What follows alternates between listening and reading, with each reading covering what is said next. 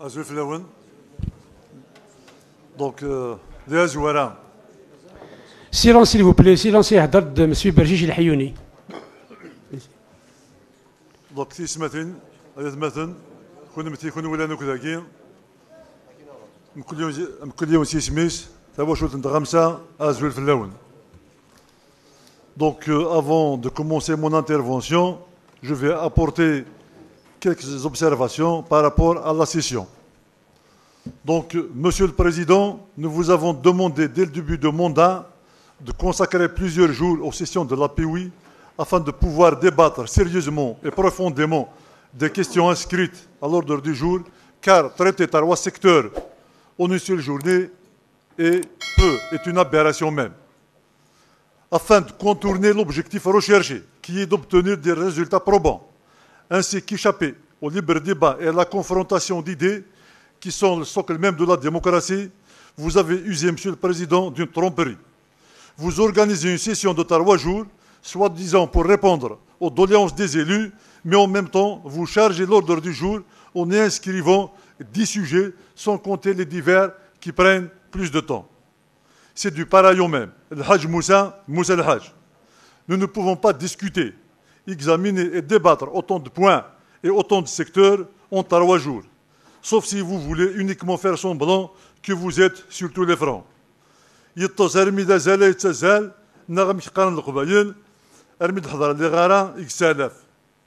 Avec cette méthode, cette approche, il est impossible d'arriver à des conclusions concrètes et des résultats tangibles à la hauteur des attentes et des aspirations de nos concitoyens. Monsieur le Président, Monsieur Louali, nous en sommes à la fin de la 4e année du mandat. Pour votre bien-être, vous devriez nous apporter l'évaluation des secteurs déjà étudiés et l'évolution qui s'en est suivie conformément au diagnostic et des recommandations émises. Vous devrez également, et nous vous le demandons formellement, de nous faire part de l'état d'exécution des délibérations et des recommandations de l'API conformément au Code de la Oulaya.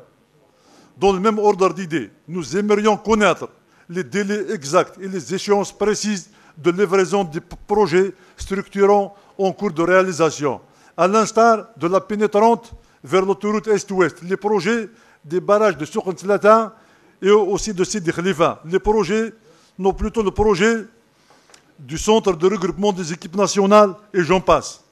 Ces projets revêtent une importance particulière du fait de la dynamique économique qu'ils vont insuffler à notre région en matière de création d'emplois directs et indirects. Aussi, bien sûr, qu'ils apporteront une valeur ajoutée à toute la région, ainsi que l'amélioration du cadre de vie des citoyens. Ces retards entravent le développement de notre wilaya et aussi condamnent la population à la précarité. Pour illustrer ces retards, je commencerai par développer la situation du secteur de l'énergie et des mines. Notre wilaya n'a pas bénéficié d'aucun programme d'électrification rurale depuis 2014, soit plus de 10 ans.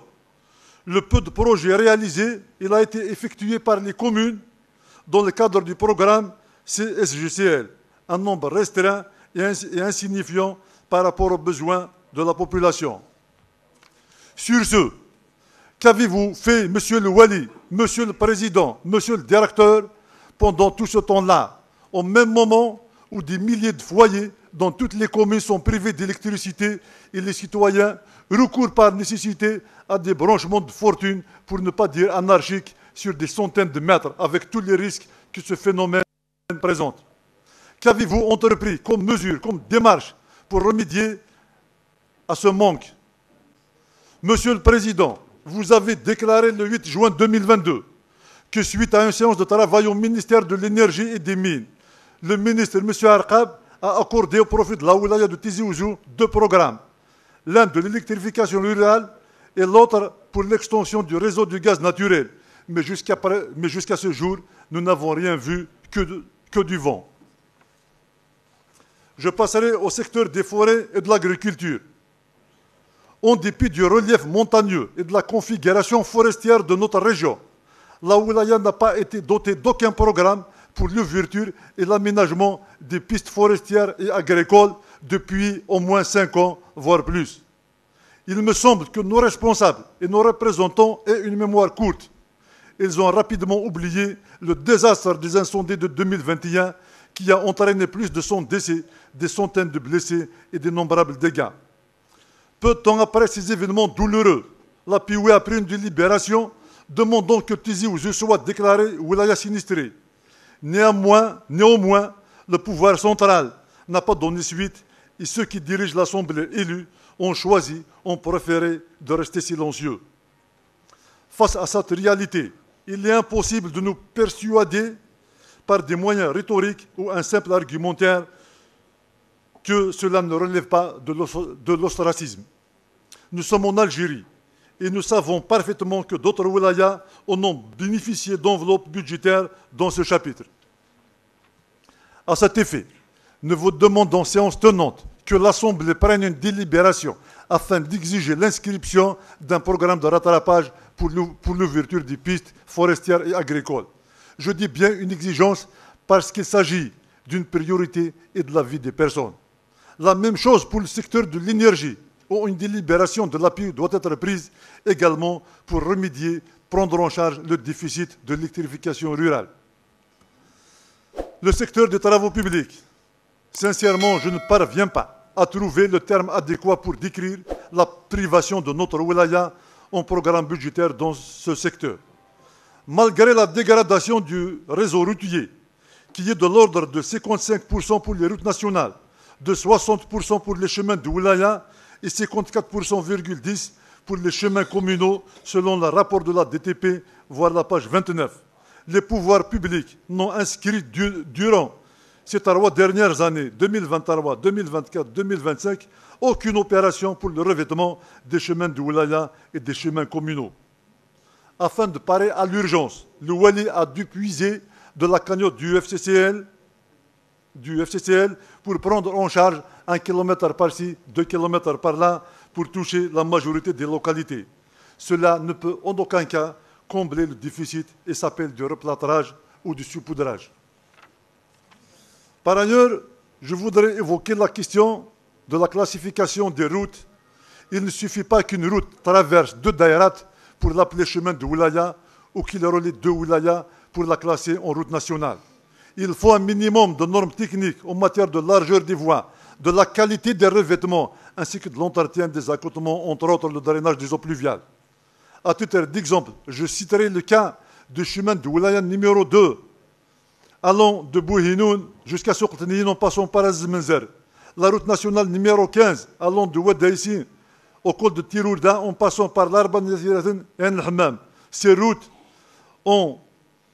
elles sont également très étroites et présentent de fortes pentes et aussi des dangers dans beaucoup d'endroits, ce qui requiert une attention particulière au moment de carroiser un bus ou un semi-remorque. Quant à la route nationale numéro 12, qui desserve plus de la moitié des daïras de la wilaya, c'est tout le monde qui connaît la situation devenue un phénomène cauchemardesque pour les automobilistes et les citoyens qui doivent quotidiennement faire face à des encombrements, des étranglements lors des heures de pointe. Nous avons proposé la réalisation d'une tarémie juste après la pompe des Chaban pour fluidifier la circulation. Mais le hic, ou ce qui est frustrant, quand on nous dit que cela n'est pas faisable. Alors que dans d'autres cieux, on a réalisé des tunnels dans des océans et des ponts sur les mers. Ceci étant, il faudrait un plan spécial pour la mise à niveau du réseau routier de notre wilaya, ce qui m'amène directement à faire la transition au fameux programme complémentaire du président. Vous avez déclaré ici même, au sein de l'hémicycle, que le président nous a accordé lors de sa visite du 10 juillet 2024 tous les projets proposés et que vous avez chiffré le montant du programme à 274 milliards de dinars, soit 27 000 milliards de centimes. Vous nous avez annoncé plusieurs fois la tenue d'un conseil des ministres et des préparatifs ont été effectués à cet effet avec la tenue de plusieurs conseils de wilaya pour peaufiner les propositions de projet. Mais hélas, la langue du bois, la démagogie finissent toujours par se faire rattraper par la réalité. Le temps nous a donné raison. Nous l'avons déclaré autant que groupe Asirim dans la vidéo diffusée le 5 juin 2024 que la visite ne serait que la manifestation d'une campagne électorale. nous voudrions bien avoir tort et que le pouvoir nous prouve ou nous démontre le contraire. Enfin, je passerai au secteur de la pêche. De la lecture du rapport présenté par la direction de la pêche, j'ai relevé que ce dernier n'est qu'une succession, un défilé d'informations et de chiffres non explicités. Il est mentionné dans la page 4 que la capacité d'accostage du port de Tighzirt, il est de 2 chalutiers, 5 sardiniers et 24 petits métiers, alors qu'en réalité, les chalutiers ne peuvent pas rentrer, particulièrement à la passe d'entrée, du fait que la profondeur du port est très faible. Il est à un certain niveau, pas plus d'1 mètre de profondeur, alors qu'il est exigé un minimum de 2 mètres, 2 mètres et demi. Les sardiniers rentrent difficilement à cette infrastructure du fait de l'ensablement qu'elle subit, cette infrastructure. Quant aux tonniers, aux bateaux des hautes mers, il est évident que nous ne pouvons pas en parler. Dans ce cas, de quelle activité de pêche peut-on en parler? Sur ce, il est très urgent et je vous suggère d'inscrire en première phase des opérations d'études pour l'extension du port d'Azazga et de Tighzirt. Non, plutôt le port de Tighzirt et le port d'Asfoun. En deuxième, donc je vais aborder le volet de la production halieutique dans le même secteur. Là, je voudrais bien comprendre comment se fait-il qu'en 2024, la production halieutique est de 433 tonnes, tandis que, selon le rapport de la direction, la moyenne durant les 10 dernières années est de l'ordre de 860 tonnes par an, soit une baisse de 50%. Quelles sont les véritables raisons, les véritables causes qui ont provoqué cette diminution? Quant à l'investissement dans le secteur de la pêche, je commencerai par dire que les pouvoirs publics n'ont pas donné assez d'importance à ce secteur, car nous n'avions eu droit dans le chapitre d'investissement public qu'à l'inscription de 2 petites opérations en 2024, qui sont suivi et réalisation et équipement de 2 sièges pour antennes de pêche à Asfoun et à Tighzirt pour un montant de 30 millions de dinars chacun. S'agissant des anciens programmes, il y a un projet pour la réalisation d'un site d'échouage à Ibarizn, commune Aïchafa, qui est à l'arrêt depuis 2014, pour soi-disant un problème d'accès vers le site de réalisation. Ma question: en quoi consiste-t-il réellement ce problème et quelles sont les démarches que la direction de la pêche a engagées pour le solutionner? Dans le cas d'impossibilité, il ne faut pas tergiverser pour demander la restructuration de l'opération. Une minute, monsieur Elhayyouni. Une minute, Kana. J'enchaîne avec la partie réservée à l'investissement privé, toujours dans le secteur de la pêche. Je ne peux pas exprimer assez ma stupéfaction et mon désarroi quand le directeur nous fait retourner 15 ans en arrière, si ce n'est pas plus.